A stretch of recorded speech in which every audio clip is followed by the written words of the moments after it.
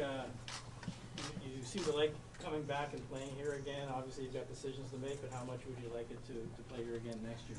Yeah, I mean, Toronto's always, felt like home in a lot of ways. Obviously, I got the chance to get started here, and pretty naive and coming here the first time of what it means to, wear this jersey and sort of the expectations. At that time, you're just trying to, make the NHL, I felt like, and figure out, what your role would be and kind of be comfortable. But this time around, obviously, loved it, every minute of it. Coming back all these years later, it kind of felt surreal a lot of times that I got this opportunity and chance again, and to play playoffs here was obviously, a dream come true to get the opportunity to do that. Never, dreamt of it in a lot of ways that I would get that opportunity and never thought maybe it'd become a reality. So, yeah, I obviously love it here and grateful for that opportunity. Look, you've been to the top of the mountain. What does this team need to do to get closer?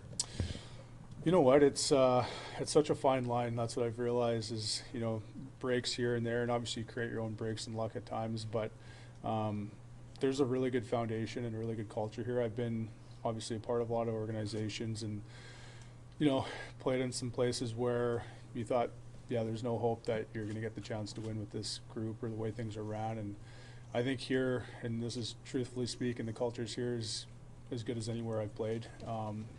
Just the way that you're taken care of on a personal side, your family, the way they take care of things on the training level, nutrition, development side, details and systems. Everything's really, really well thought of here, really well ran. And I think, the people here, deserve to get the chance to get a crack at growing and getting the chance to win. Obviously, there's decisions to be made, but everything is ran so good, and I think you're looking at internal growth for players, and guys got to get better, and it doesn't matter if you're a guy my age who's been around a long time. You got to figure out ways to improve, and that's top to bottom throughout the lineup. What impression did Kyle Dubas make on you?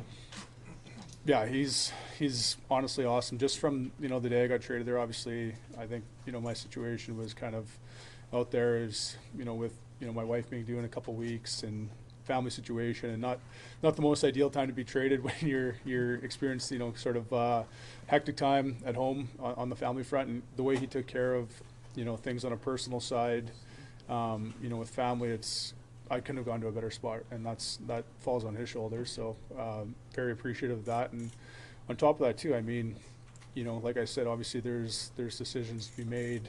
We all understand that, but I think you look around the room, I mean, a lot of people would have taken our team after the deadline, and a lot of people I think had a lot of belief and faith in the group, and that's a compliment to obviously him and his staff and the assistant GMs of the scouting staff, and be able to pull the trigger on some trades and things like that. I think everyone did a great job, and I think from top to bottom they did a good job, and I think a lot of the share of not making it past the second round is we all got to get better in this room. Do you have to import more toughness, do you think, or can that be homegrown here?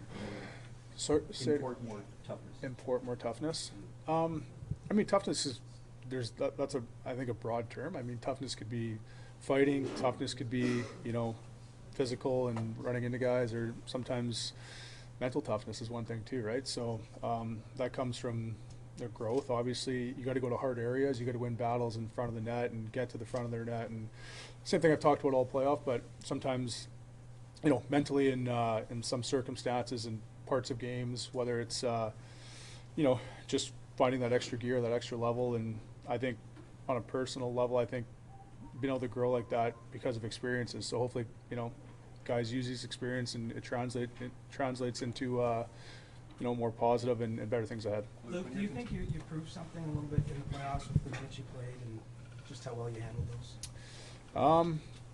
I mean, at the end of the day, I've felt like this opportunity, this situation was kind of something just I've been working towards for the last 4 or 5 years. Honestly, it's I've had some great experiences playing some depth roles, but I felt that my mindset the last 4 or 5 years to try to get better with age and work on things to to achieve that. So on a personal level, did I surprise myself? No, I've been working towards this, and you know, whether it's I don't know, I don't know what like the aging curve is on all that sort of stuff, but if guys don't get better after the age of 30 or whatever, and 95% don't, 5% do, I'd try to, you know, be in the minority on that. So yeah, I feel like I still get better. There's always things to work on.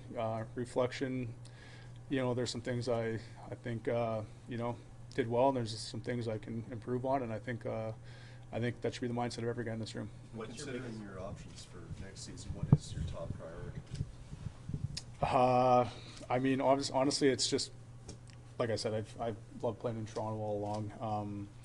You know, obviously, you have to have discussions with family and all that sort of thing. But like I said, this has always been a place where I've really enjoyed playing, and you know, those discussions haven't taken place yet. I think from an organizational standpoint, and obviously, you know, from a personal standpoint. But in saying that, I love the group in here. I think that's part of it too, is getting the opportunity to win and being a part of a great group, and a group that you know, has high expectations as part of it too. Obviously, you've been on side of things too, where expectations maybe aren't the highest heading into a season. So at this point in your career, that's one of the top things for sure, is, you know, continue to get that opportunity to get the chance to win.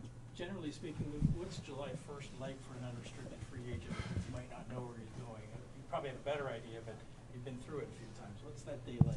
Depends how you do in the season. I think some guys have the best experience ever in July 1st and have a lot of options, and some guys don't. And you know, in the past, I've, you know, been on the side of things where, you know, you're looking for a job and just an opportunity. And yeah, we'll see how things shake out this year. Obviously, like I said, I feel confident and comfortable of you know, my play, and not just in the last couple of weeks, but, you know, in the last couple of years. So yeah, I feel good about it. And free agency, it's a crazy thing. It's kind of unpredictable. It just, like I said, it depends on circumstance, and obviously teams are gonna have cap space. They don't have cap space now, and teams are gonna make trades and all that sort of thing. So a lot shakes out between now and then.